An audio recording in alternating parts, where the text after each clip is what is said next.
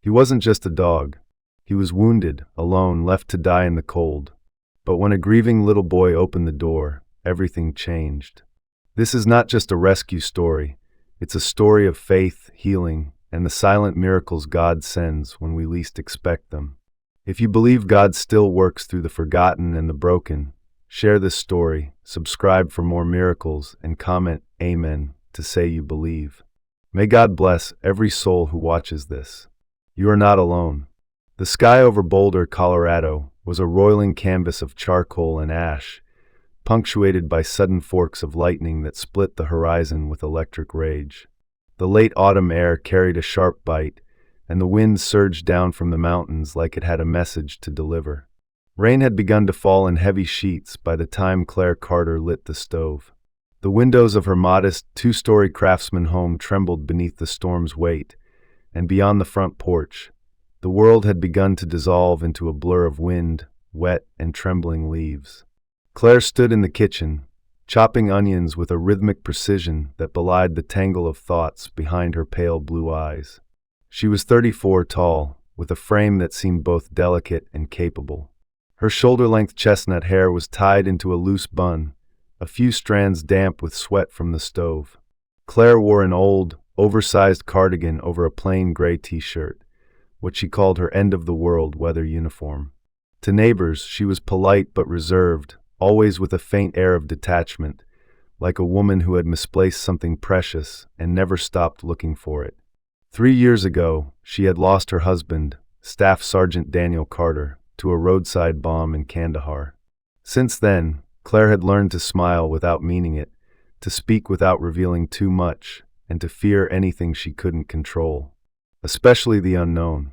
Ethan Carter, her 5-year-old son, was sitting cross-legged on the living room rug, his golden curls slightly damp from an earlier bath. He was a small boy, pale like his mother, with round, thoughtful eyes that always seemed to be listening for things adults couldn't hear. His toys were lined up in meticulous rows, fire trucks, dinosaurs, wooden animals, all facing the same direction, as if preparing for some unseen march. Claire often joked that Ethan had the soul of an old man, and there was some truth to it. He was quiet, often solemn, prone to long silences where he would simply stare out the window as if waiting for something no one else expected. "Mom!"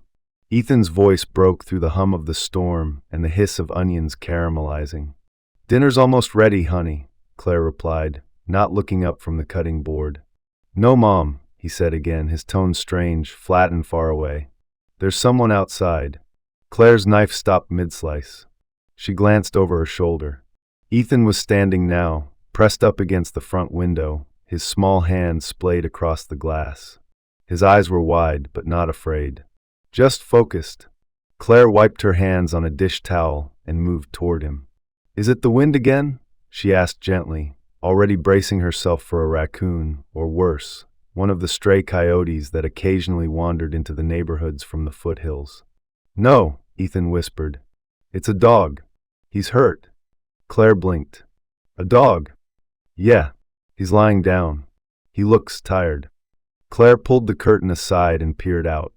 At first, she saw only the rain hammering the porch, the wind sweeping leaves in frenzied spirals. Then her eyes adjusted to the shadows, and she saw it, a large figure slumped just beyond the welcome mat, barely moving. A dog. A big one. His fur, soaked through, clung to a muscular frame, but he was so still that for a moment Claire feared he was already dead. Her stomach tightened. "Stay back, Ethan," she said automatically. "But Mom, he came here. To us." Claire hesitated. She had spent years preparing for the unpredictable, keeping her home safe, her routines tight, her heart closed.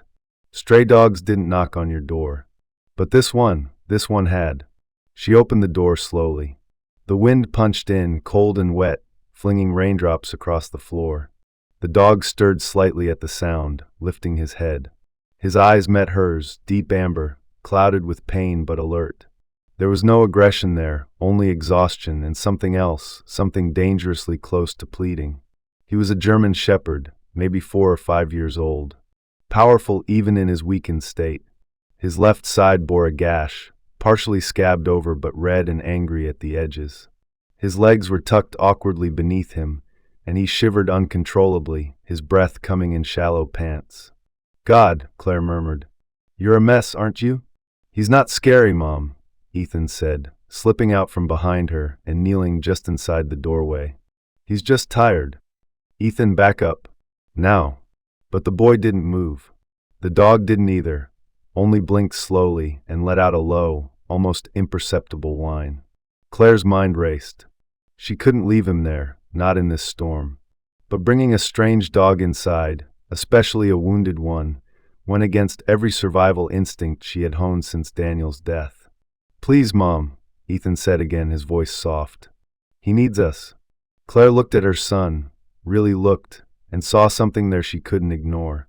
Not fear, not even hope. Something deeper. Recognition. With a sigh that felt like letting go of something she'd held too tightly, Claire knelt beside the dog. "Okay, boy," she murmured. "You're coming in. But if you so much as growl at my kid, I'll throw you right back out." She stepped forward carefully, sliding one arm under the dog's chest, the other beneath his back legs. He didn't resist. He barely lifted his head as she carried him inside, grunting slightly at the weight. Claire laid him gently onto an old towel near the fireplace. Ethan ran to get another blanket, then a bowl of water, which he placed with ceremony beside their guest. "We should call someone," Claire muttered to herself, though she wasn't sure who. Animal control? Tavit? Was there even a 24-hour service in Boulder? As she reached for her phone, Ethan was already curled up beside the dog, his small hand resting on the thick, wet fur. "What should we name him?" he asked. Claire paused. "We don't know if he has a name." "He does," Ethan said without hesitation. "He told me." Claire stared. "What?" "He said his name is Milo." The storm cracked outside, thunder rolling over the hills like distant cannon fire. Claire glanced at the dog, at Milo. He looked at her again, those tired eyes blinking once, slowly. She didn't know how, but somehow, the name fit. The storm had mellowed by morning, reduced to a steady drizzle that tapped softly against the windows of the Carter house. The sky was still thick with low gray clouds, and the scent of wet earth and pine drifted in through the slight crack Claire had left open in the kitchen window. The world outside was washed in silver, muted and still, as if nature itself had paused to catch its breath. Inside, however, the house felt different, warmer, quieter in a way that had nothing to do with the weather and everything to do with the large, injured dog curled up near the fireplace. Milo hadn't moved much through the night. His sides still rose and fell in labored rhythm, and his eyes occasionally fluttered open, flicking toward the shadows like a soldier in light sleep. Claire had stayed up until nearly 2, checking on him every half hour, wiping down the feverish heat from his head with a cool cloth. Now she stood over the stove again, this time boiling oatmeal, glancing every so often at the living room where Ethan sat cross-legged beside Milo. Ethan had been up since dawn, though he hadn't said much. He didn't need to. There was a serenity in the boy's face that Claire hadn't seen in months, perhaps years. His anxiety had been a silent companion since preschool. The pediatrician, Dr. Ramus, had called it mild early-onset anxiety with social avoidance tendencies. Claire had called it heartbreaking. Birthday parties left Ethan paralyzed. Crowds made him clam up. Even playgrounds were places to observe from a distance, not join. But now her son sat humming softly as he stroked Milo's thick fur, his tiny fingers brushing gently over the coarse black and tan coat as if memorizing its texture. Claire placed 2 bowls on the table, one for her and one for Ethan. "Honey breakfast," she said softly, not wanting to startle either of them. Ethan looked up, nodded once, then turned to Milo. "Be right back," he whispered, patting the dog gently. Claire watched him slide into the chair across from her. "You okay?" she asked. Ethan nodded. "He's still tired." Claire stirred her oatmeal. "He's lucky you saw him. He might not have made it through the night out there." Ethan blinked slowly. "He knew we'd help. That's why he came." Claire offered a small smile but said nothing. The words unsettled her, not because they weren't sweet, but because of the quiet certainty behind them. Later that morning, she called the local vet. Boulder Animal Wellness Clinic answered on the third ring. A young voice picked up, cheerful, a bit rushed. Boulder Wellness, this is Becca. Hi, I'm calling about a stray we found last night. A German Shepherd. He's wounded.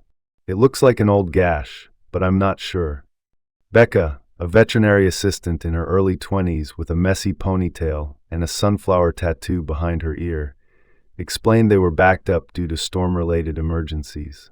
We can squeeze you in around 3 this afternoon if that works. Claire agreed and wrote it down on the notepad near the fridge. Around noon, a knock at the door startled her. Milo's ears twitched, but he didn't rise. Claire peeked through the curtain and saw her neighbor, Mrs. Jenny Talbot, holding a covered dish.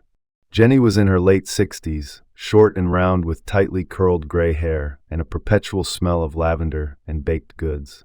She had a warm, meddling kindness that often grated Claire's nerves, but always came from a good place. I heard there was a commotion last night. Figured I'd bring over my famous chicken casserole. You know, for strength, Jenny smiled, stepping in without waiting for an invitation. Claire blinked. That's very kind, Jenny. Jenny's eyes dropped to the living room. Oh my stars. That him? Claire nodded. He showed up on the porch during the storm. Injured. Jenny clicked her tongue. Poor boy. Look at him. Lord, those eyes. That's not just a mutt. That's a protector. I've seen enough of them to know. Claire raised an eyebrow. Protector? Jenny nodded. My brother served K-9 patrol. Iraq. His dog, Boone, saved his whole unit from an IED. The way that dog watched him, like he could read his thoughts. That one. She pointed at Milo. He's got the same look. Claire didn't know what to say to that, so she offered a soft thank you, and Jenny left shortly after, satisfied her offering of food and wisdom had been received. At 2:45 p.m., Claire bundled Ethan into his coat, threw a towel into the back seat for Milo, and gently coaxed the dog into the car. Milo didn't resist, but Claire could tell the movement pained him. He made no sound, no growl, only a soft grunt of discomfort as he settled on the fabric. Boulder Animal Wellness Clinic was a small, one-story building tucked between a yoga studio and a farmer's market.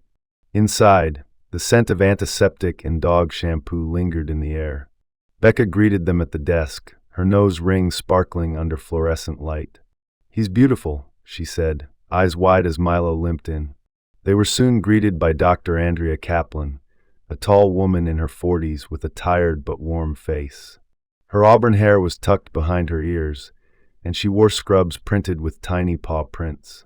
Andrea had been working with animals for nearly 2 decades, and it showed in her calm, efficient movements. He's underweight, she noted, running her hands gently along Milo's ribs. Dehydrated. That wound, definitely a blade. Deep, but missed anything vital. He's lucky. Could it have been an accident? Claire asked. Andrea shook her head. Too clean. Too deliberate. They scanned for a microchip. A soft beep. A number. But the system couldn't identify it. Either it's old tech, or it's been wiped, Becca said. That's rare. Andrea applied antiseptic, wrapped the wound, and gave Milo a shot of antibiotics. Keep him warm, hydrated, fed. Let him rest. He'll need a few weeks. Back home, as Milo curled up on the blanket again, Ethan lay beside him. Claire stood at the doorway watching them, arms folded. She knew this wasn't sustainable. They couldn't keep him. Not permanently. But every time she tried to imagine asking Ethan to say goodbye, her resolve crumbled. That night, as the storm clouds lifted and moonlight filtered through the living room window, Claire passed by the couch on her way to bed. She paused, listening. Ethan was whispering to Milo, head resting on the dog's side. I know you're still hurting, the boy murmured. But I'm here. We're both a little broken, but we're okay when we're together. Claire's chest tightened, and she turned away before they could see the tears in her eyes. The wind over Boulder had shifted again, now dry and crisp, carrying with it the smell of pine needles and chimney smoke. The storm had passed, but the chill it left behind clung to the corners of the house and to Claire's mind like frost that refused to melt. She stood at the kitchen sink, staring absently through the window at the backyard where Ethan and Milo sat on the porch steps.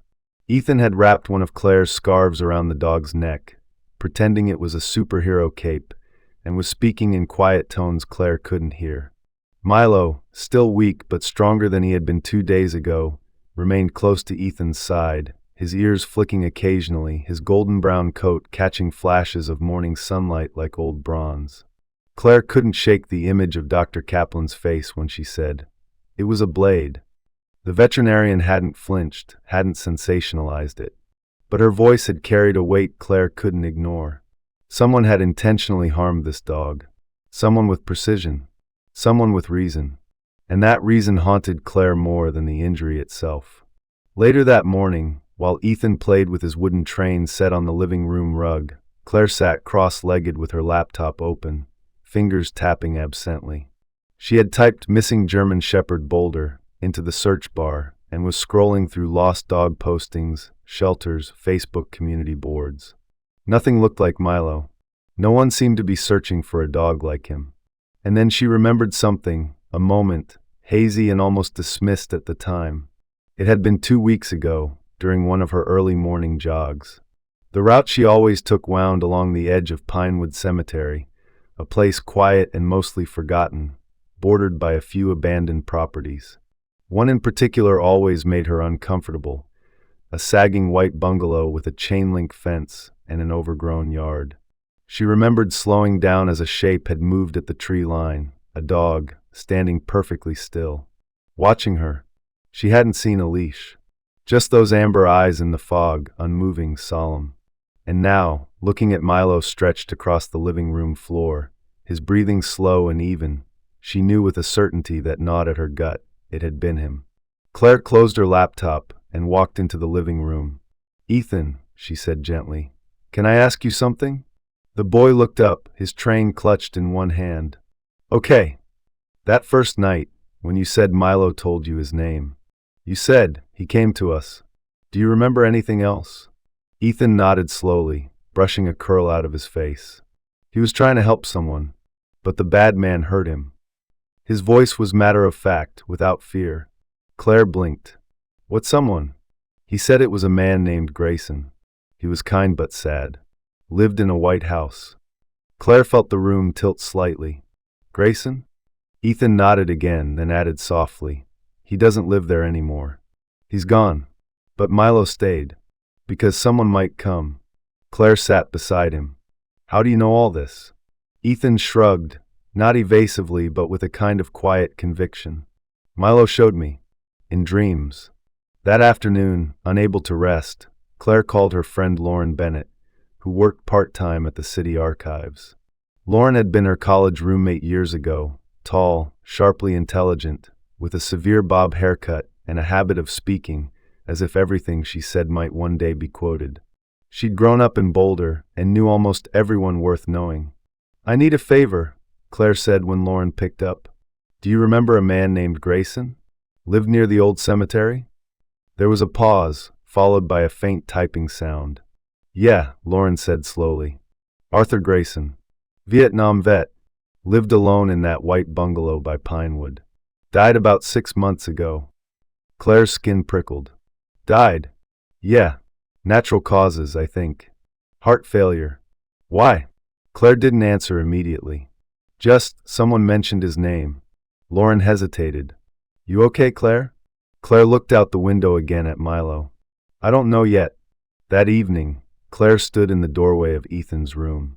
The boy was drawing in one of his sketchbooks, his tongue poking slightly out the side of his mouth in concentration. The page showed a house, scribbled trees, a big dog in front of a man with a beard. The caption written in Ethan's clumsy block letters read, "Milo, keep him safe." She didn't know where this was going, but she was starting to believe something bigger was at play. The wind had quieted over Boulder, but the night carried a deeper kind of unease, one that didn't howl, but whispered, clung to the eaves of the house, and crept beneath the skin. The temperature had dropped again, the kind of cold that makes floorboards groan and tree branches shiver, even when the wind isn't moving. Claire couldn't sleep. She'd checked the locks twice already, made a circuit of the house with a flashlight just after 10, and even poured herself a glass of red wine she didn't end up drinking. Now it was nearly midnight, and still she lay wide awake, staring at the faint outline of her ceiling fan as it rotated slowly, uselessly above. Down the hallway, she heard Ethan's soft voice. At first, she thought he was talking in his sleep again, a habit he'd developed around the time his father died. She slipped out of bed and padded quietly to his door, careful not to make the boards creak. Ethan was sitting upright in bed, his eyes half-lidded in that strange space between sleep and something else. His hand was resting on Milo's back. The dog lay at the foot of the bed, ears twitching, one paw pressed against the carpet like he might leap at any second. "He's back," Ethan whispered. Claire's pulse quickened. "Who?" "The man from the woods," Ethan said, his voice dreamlike but steady. "He's outside." Claire's breath caught in her throat. She moved to the window, careful not to disturb the blinds, and peered out into the darkness. The backyard was still, bathed in shadows cast by the moon's pale light. Nothing moved. Nothing obvious. She made her way downstairs, heart thudding. When she reached the back door, she paused, glanced at the floor, and felt her stomach drop. Mud. A faint smear on the tile, just inside the threshold. She hadn't noticed it earlier. Her eyes flicked to the door itself. Locked. Bolted. But then she turned her gaze to the window above the sink. Condensation clouded the glass. And on that glass, smudges. 3 long, dirty streaks that looked like fingers. Milo appeared at her side without a sound. He growled low, deep from his chest, the kind of sound that vibrates through the floor. His fur bristled along his spine, and his eyes were locked on the backyard. Claire flicked on the porch light. The sudden burst of illumination revealed footprints in the mud just outside the window, uneven, but unmistakably human. She stepped back, heart hammering. The next morning, she called Officer Ray Connolly, a retired patrolman who now worked part-time with Boulder's neighborhood watch.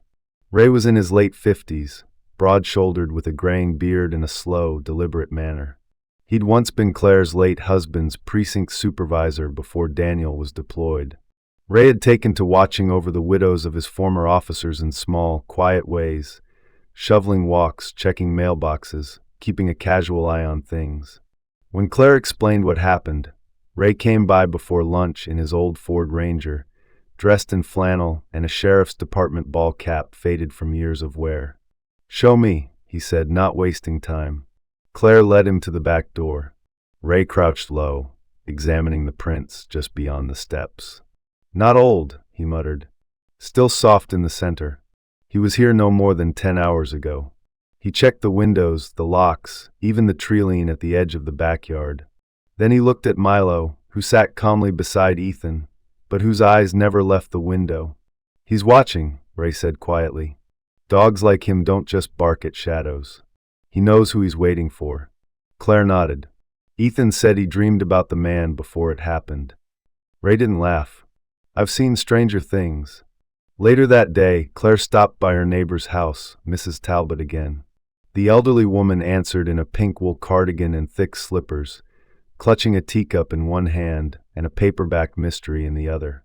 "I don't mean to alarm you," Claire began, "but did you see anyone strange around here last night?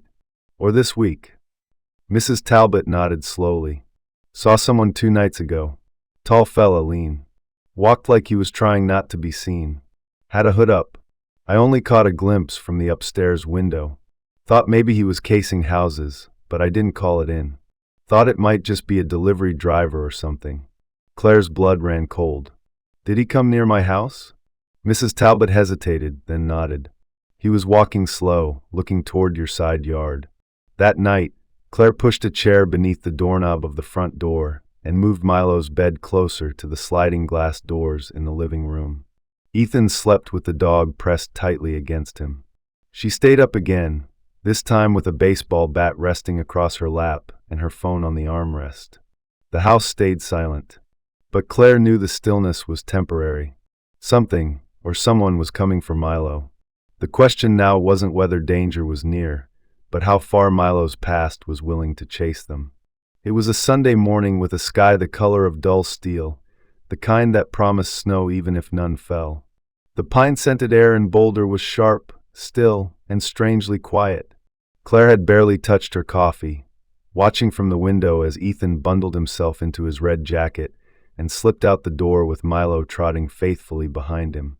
The boy had taken to spending long hours in the backyard with the dog, sometimes speaking aloud, sometimes whispering. Claire had stopped asking what they talked about when the answers became too strange to dismiss, yet too impossible to accept. That morning, Ethan returned with a determined expression, cheeks red from the cold. He took Claire's hand, not pulling, just placing his palm into hers. "Mom," he said, "Milo wants to go somewhere." Claire arched an eyebrow. "Somewhere?" "The house. The white one near the woods," Ethan said. "He says it's time." She didn't ask how he knew. She didn't argue. Maybe she should have. But something inside her, something primal, recognized the gravity in her son's voice. The cabin at the edge of Pinewood Cemetery stood like a forgotten memory, silent beneath the looming pines. Claire had always avoided this road when jogging, even before Ethan had spoken the name Grayson. The place looked barely alive, paint peeled from the siding, one shutter hung by a single hinge, and the front path was choked with dead leaves. A rusted mailbox still bore a nameplate, A. Grayson. Claire parked on the roadside. "Are you sure?" she asked. Ethan didn't answer. He just stepped out and looked at Milo, who led them toward the house without hesitation. The dog's gait, once careful from his wound, had grown steadier. He walked ahead, confident, his tail low but not tense. The front door creaked open without resistance. Claire wrinkled her nose. The smell of old wood, damp paper, and time saturated everything. The interior was sparse, an old recliner, a dusty bookshelf. A framed photo of a much younger Arthur Grayson in full military uniform stood atop the mantel. Claire paused, drawn to it. Grayson's eyes were the same shade of amber as Milo's. Kind. Wary. Knowing. Milo was already down the hallway, nose to the ground. He stopped at a closed door, gave a sharp bark, then sat. Claire opened it slowly.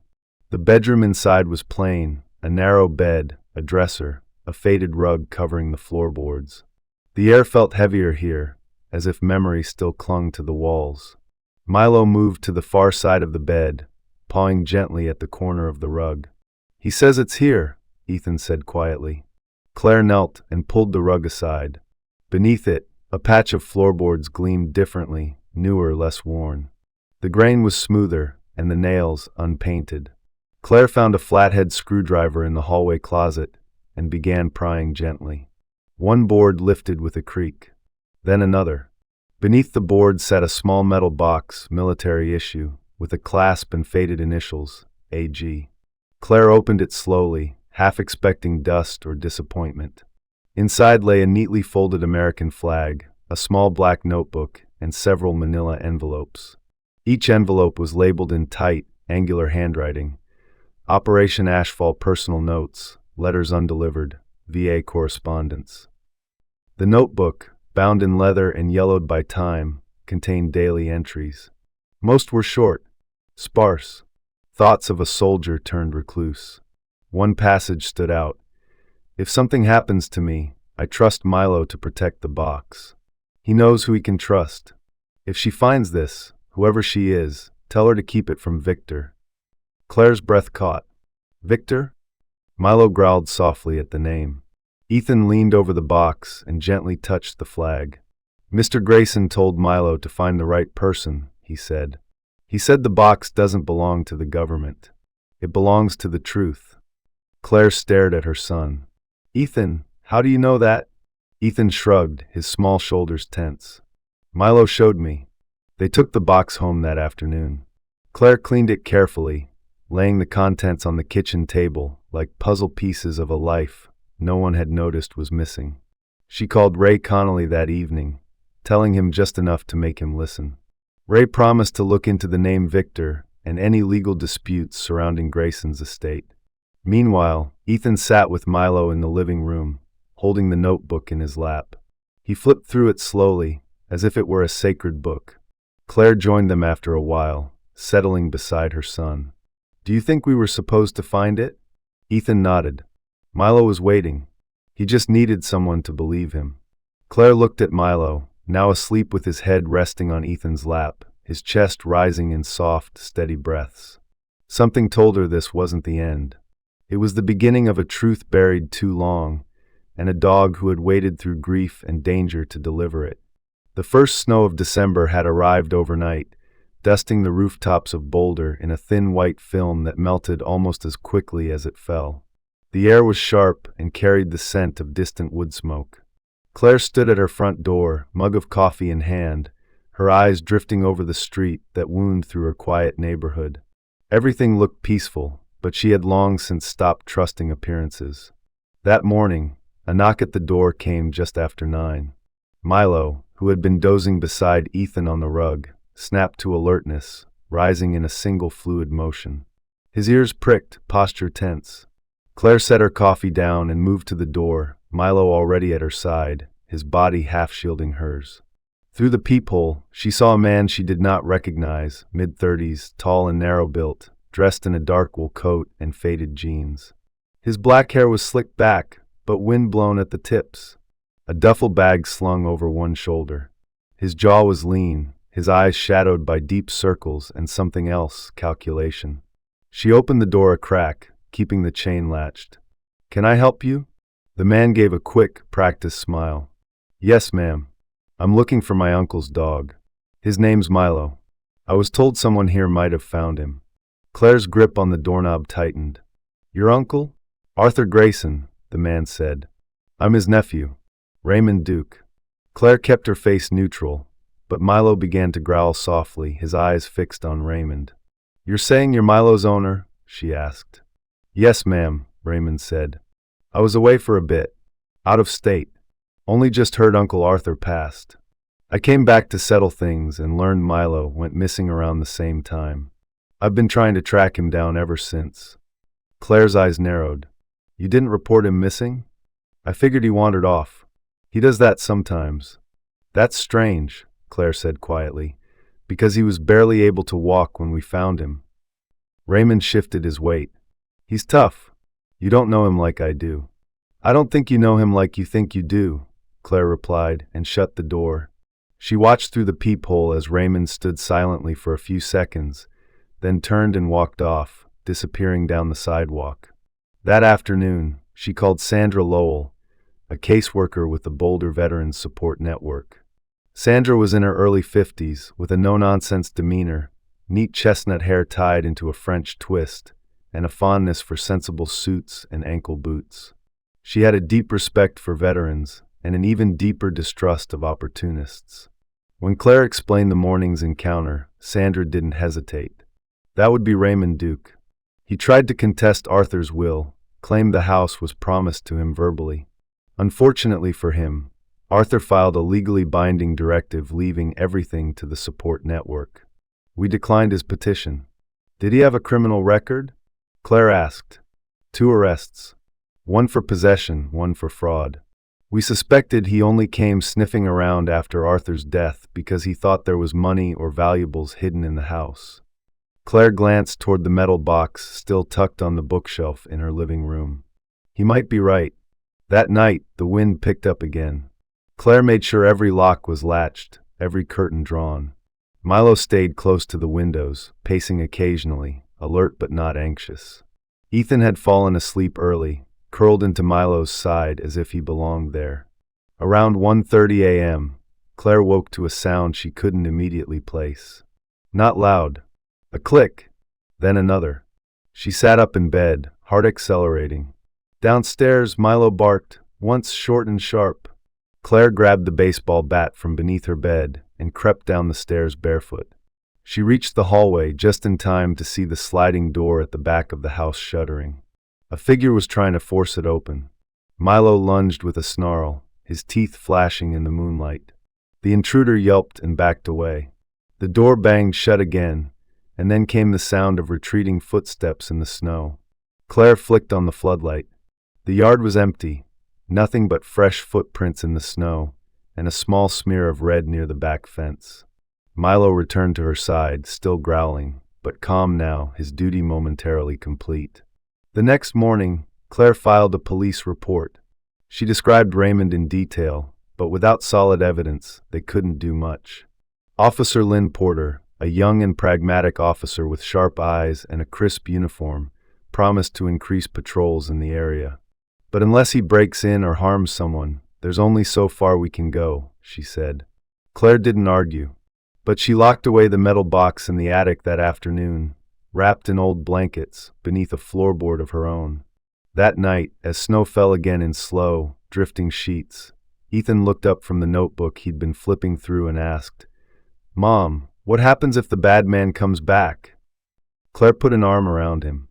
"Then he'll find out that Milo's not the one who needs protecting anymore. We all are." The temperature had dropped sharply that week, and boulders sat beneath a veil of gray. The snow that fell no longer melted but clung stubbornly to sidewalks, rooftops, and tree limbs. Inside the Grant household, the windows steamed gently from the warmth within. Claire had just finished preparing dinner, chicken soup, Ethan's favorite, when Milo suddenly rose from his spot near the fireplace, ears perked, muscles taut.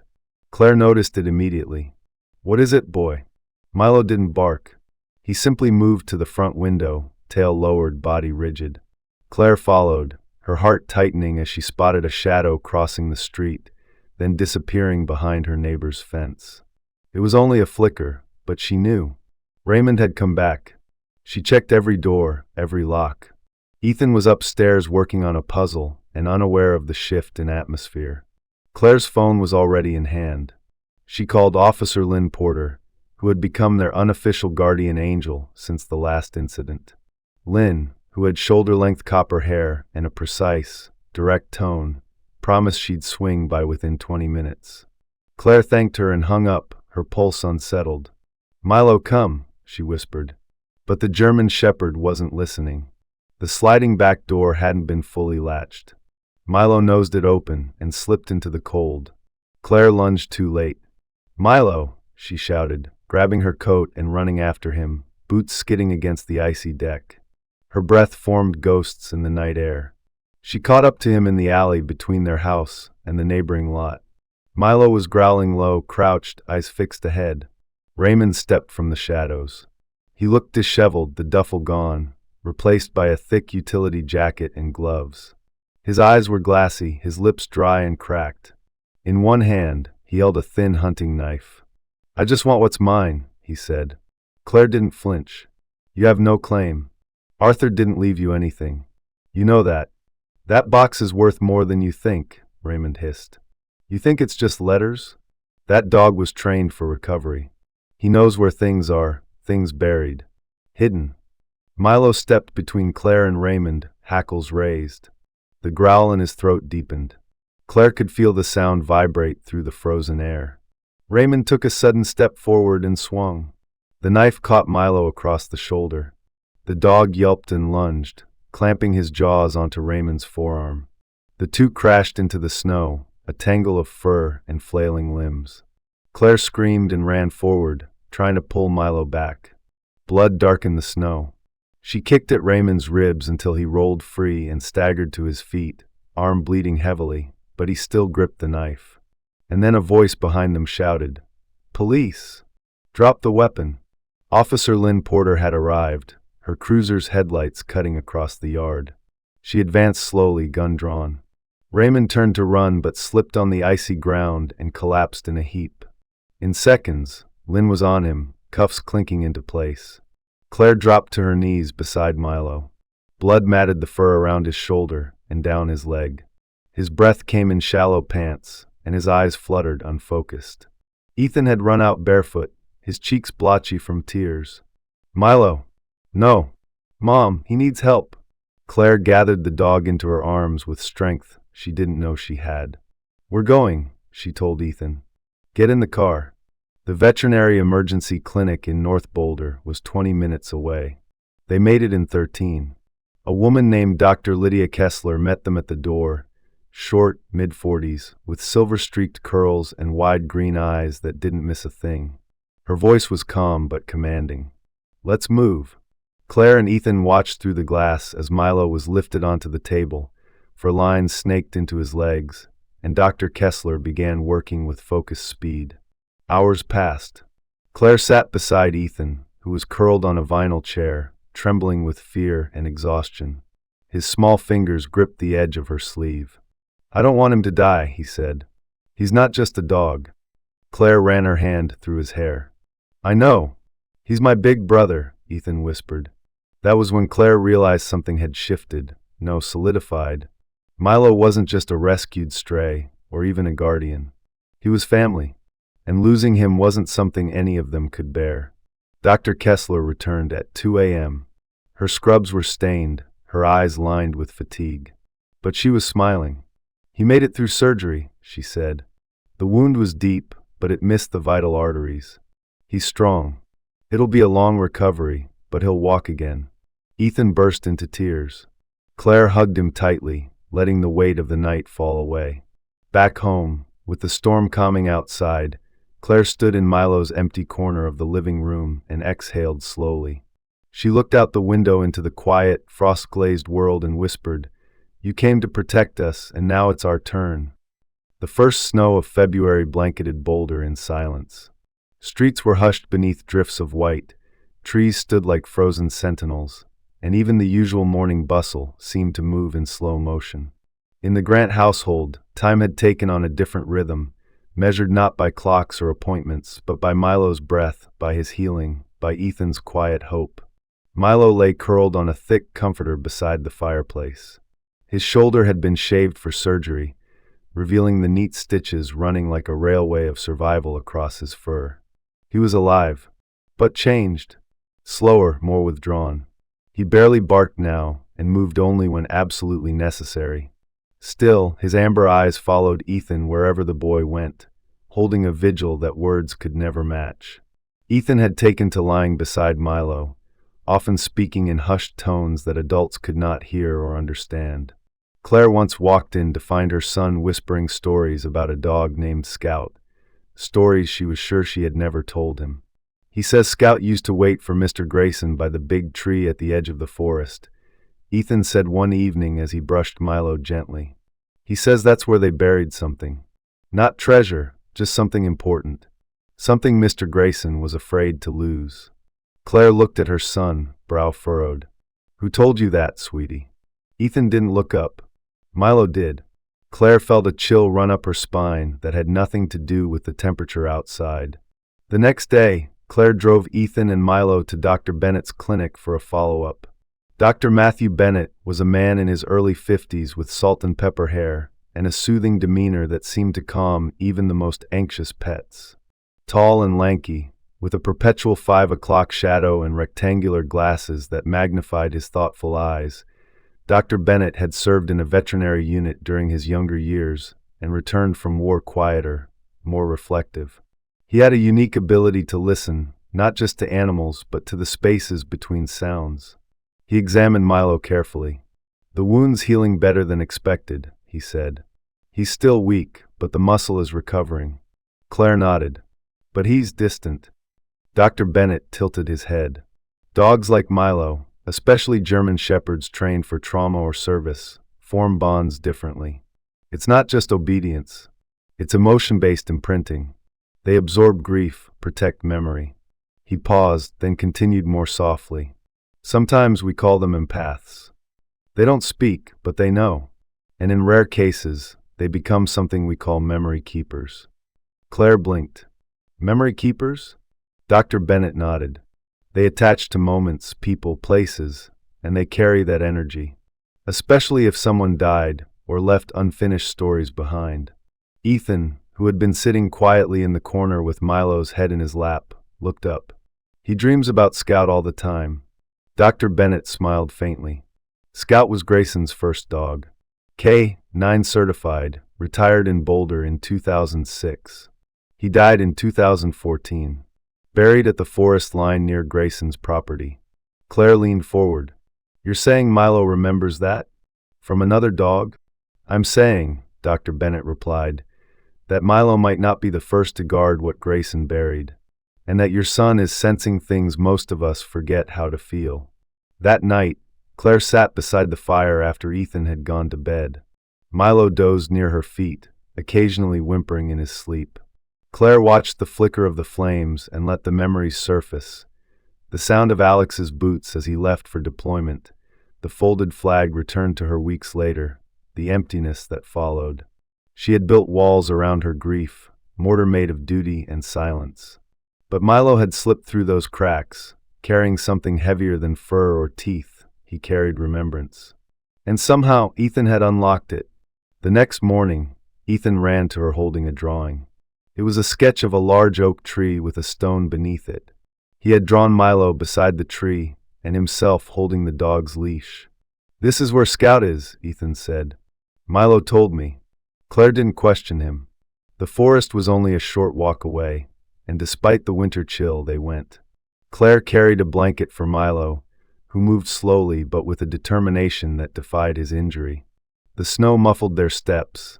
The only sounds were their breath and the distant rustle of wind in branches. At the forest's edge, near a solitary old oak, they stopped. Milo sniffed the ground and lay down beside a moss-covered rock. He let out a quiet sigh, one that felt like closure. Ethan knelt beside him and pressed a hand to the earth. "Scout's here," he whispered, "and he says thank you." Claire didn't speak. She didn't need to. The moment felt sacred. As they walked back, she looked at her son and at Milo, and for the first time in years, she didn't feel like she was carrying her grief alone. The sky over Boulder on the morning of the memorial was soft and heavy, painted in muted shades of gray and silver. Snow had fallen again during the night, not a blizzard, but a quiet dusting, as if the world itself were preparing for silence. Claire adjusted Ethan's scarf and stepped back to look at him. He wore a little black coat, his hair neatly combed, eyes serious. Tucked beneath his arm was something he refused to let go of. Milo's old collar, the one with the worn metal tag that simply read Milo. The ceremony was held at the Veterans Cemetery, just outside the city limits. Rows of flags fluttered gently in the wind, and a white tent had been erected near the newly placed headstone bearing the name. Walter Grayson, Sergeant First Class, Devoted Guardian, 1948-2023. The Veterans Organization had moved swiftly once Claire submitted the military documents found beneath the floorboards. Turns out, Walter Grayson wasn't just a recluse. He had been part of a covert military K-9 intelligence program during the 1980s. Classified for decades, his story had been buried in paperwork until Milo unearthed it. Now, soldiers and dogs alike gathered to pay respect. Claire stood among them, her figure tall and slender, wrapped in a long wool coat, the same faded blue as her eyes. Her posture, always composed, was a little softer today, her guard lowered. Beside her, Ethan gripped her hand tightly, and at her other side Milo stood. Though still weak, the German shepherd walked with quiet dignity, his tail low but not dragging, his ears pricked attentively. His coat had regained some of its shine, and his eyes, though tired, held clarity. The man conducting the service was Commander Henry Talbot, a broad-shouldered African-American in his 60s with a voice like worn leather and a limp from an old IED injury. Dressed in full uniform, he spoke of duty, of sacrifice, of memory. But it was when he looked directly at Milo that his voice caught. "I served with Grayson," he said. He didn't talk much, but he trusted his dogs more than any man. "Scout," Echo, and later Milo. Grayson called Milo the last bridge. He once said, "If the day comes and I'm gone, Milo will know where to go. He'll find the ones who still care." And he did. There was a ripple of quiet emotion in the crowd. Soldiers nodded. A few removed their hats. Sandra Lowell stood nearby, her hand pressed to her chest. Dressed in deep plum, her graying blonde hair swept up into a modest bun, Sandra had worked tirelessly in the background to make the memorial happen. She was a woman of poise and purpose, known in the Boulder community as a connector, always organizing, always listening.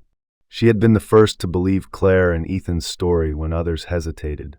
As the bugle began to play taps, Ethan walked forward with deliberate steps. The collar shook faintly in his trembling hands. Milo followed, limping only slightly, stopping at the foot of the grave. Without a word, Ethan kneeled and placed the collar on the headstone.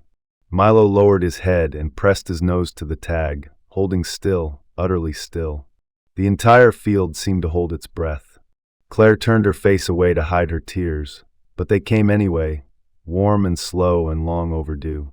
After the ceremony, as the guests began to disperse, Sandra approached Claire. Her voice was gentle but firm. "You should make it official," she said. "Milo's chosen you. And I think, if Walter were here, he'd say that's exactly how it was meant to be." Claire looked at her, brows raised. Sandra smiled. "We've filed paperwork with the Veterans Foundation. Milo's service, his injury, everything, he's eligible for protection, care, and even a pension. But only if someone formally adopts him. You don't have to decide now, but Ethan." At that moment, Ethan ran up to them, breath visible in the cold, cheeks flushed. "Mom," he said, eyes wide. "Can we bring Milo home? Forever?" Claire knelt to his height. "What if he gets tired of us?" Ethan giggled. "He said he's already home." Milo, standing a few steps away, barked softly once. Not loud, just enough. Sandra chuckled. "There's your answer." Later that evening, back at the house, Claire filled out the official forms. Ethan helped, scribbling his name next to hers in the co-adopting minor line, complete with a little heart above the E. Claire smiled at the childish addition, thinking it somehow made the whole thing more real. Milo slept soundly on his bed by the fireplace, twitching occasionally in his dreams.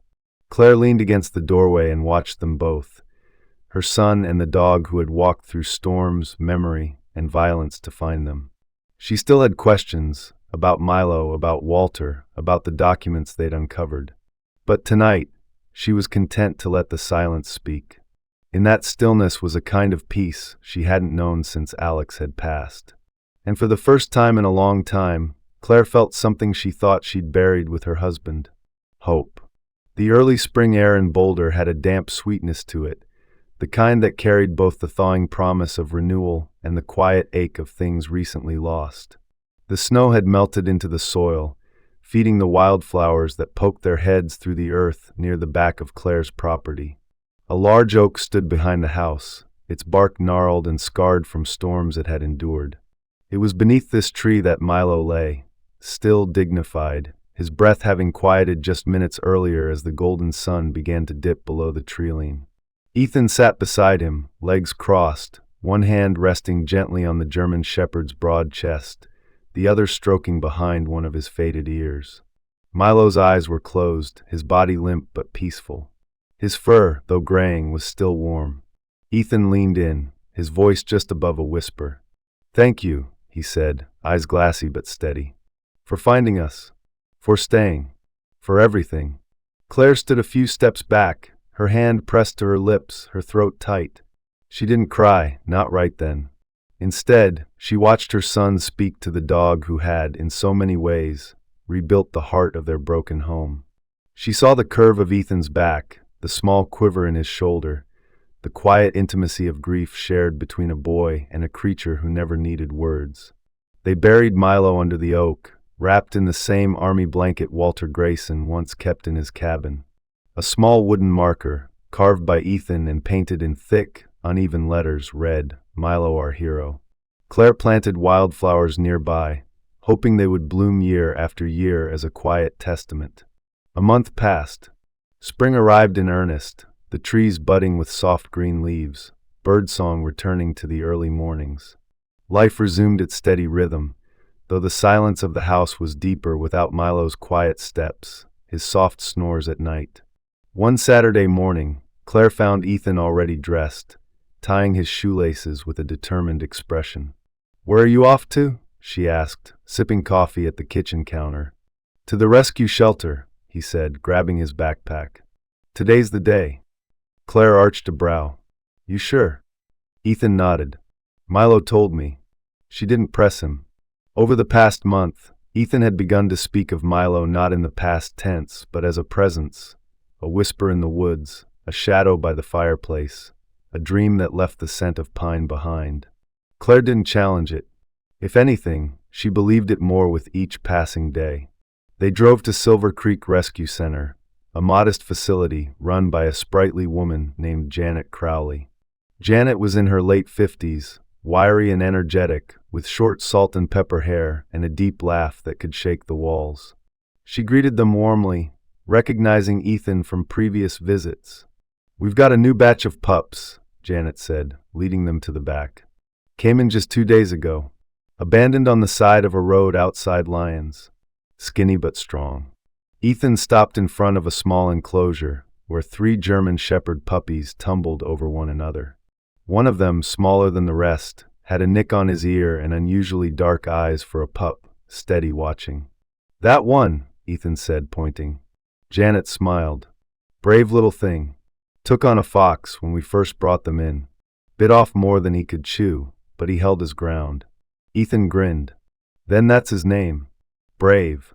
Claire crouched beside him, eyeing the pup. He had the same upright stance Milo had, even though he was barely the size of a football. His fur was a mix of soft black and chestnut gold, and though young, he didn't whimper or hide. Instead, he walked straight to the edge of the pen and touched his nose to Ethan's hand. "Are you sure?" Claire asked gently. Ethan turned to her with a seriousness that belied his age. "He's not replacing Milo. He's learning from him. Milo said he'd find someone new to teach." Claire's eyes welled up, but she nodded. "Then let's bring him home." The first few days with Brave were messy, full of chewed slippers, tipped food bowls, and midnight accidents. But there was laughter, too. Brave was curious and bold, often getting stuck between furniture or chasing butterflies in the yard. And yet, every so often, he'd pause by the oak tree. Just sit and stare, tail still, head tilted slightly, as if listening. One evening, as dusk fell, Ethan sat on the porch with Brave curled beside him. Claire brought out 2 mugs of cocoa, one for herself, one with extra marshmallows for Ethan. "You know," she said, "he's learning fast." Ethan smiled, stroking Brave's soft head. "That's because Milo's teaching him." They sat in silence, the sky painted in streaks of amber and indigo. And then, from the woods beyond the backyard, came a soft, distant bark. Not loud, not close, just a low, echoing call. Brave's ears perked. He didn't growl or bark back. He simply looked up, as if acknowledging the message. Claire heard it too. Her heart tightened, but not with fear. With awe, because some part of her knew. The woods were still being watched. Not with eyes, but with memory. With loyalty. With love. Not all miracles come with blinding light or a thundering voice from above. Sometimes a miracle arrives on 4 trembling legs, soaked by rain, knocking gently at your door just when your heart needs hope the most. Milo wasn't just a dog. He was a keeper of memories, a messenger of a fallen soldier, a healer sent not by coincidence, but by divine design. He came to rebuild a child's laughter and a grieving mother's trust in life again. In this busy and sometimes harsh world, we often miss the quiet signs. But perhaps in a lingering glance, in a dream, or in the distant bark echoing through the trees, God is speaking, reminding us that love transcends loss, that faith finds its way through the dark, that we are never truly alone, not when He sends angels in fur. If you believe God can use a dog to deliver a miracle, leave a comment saying amen below. Share this story if you've ever been touched by a wingless angel. Subscribe to the channel for more heartwarming miracles like this one. May God bless every viewer watching right now. May you always have a Milo in your life, whether you realize it or not. Have you ever experienced a small moment that felt like it was placed there by God? Share it in the comments. Someone may need to read it today.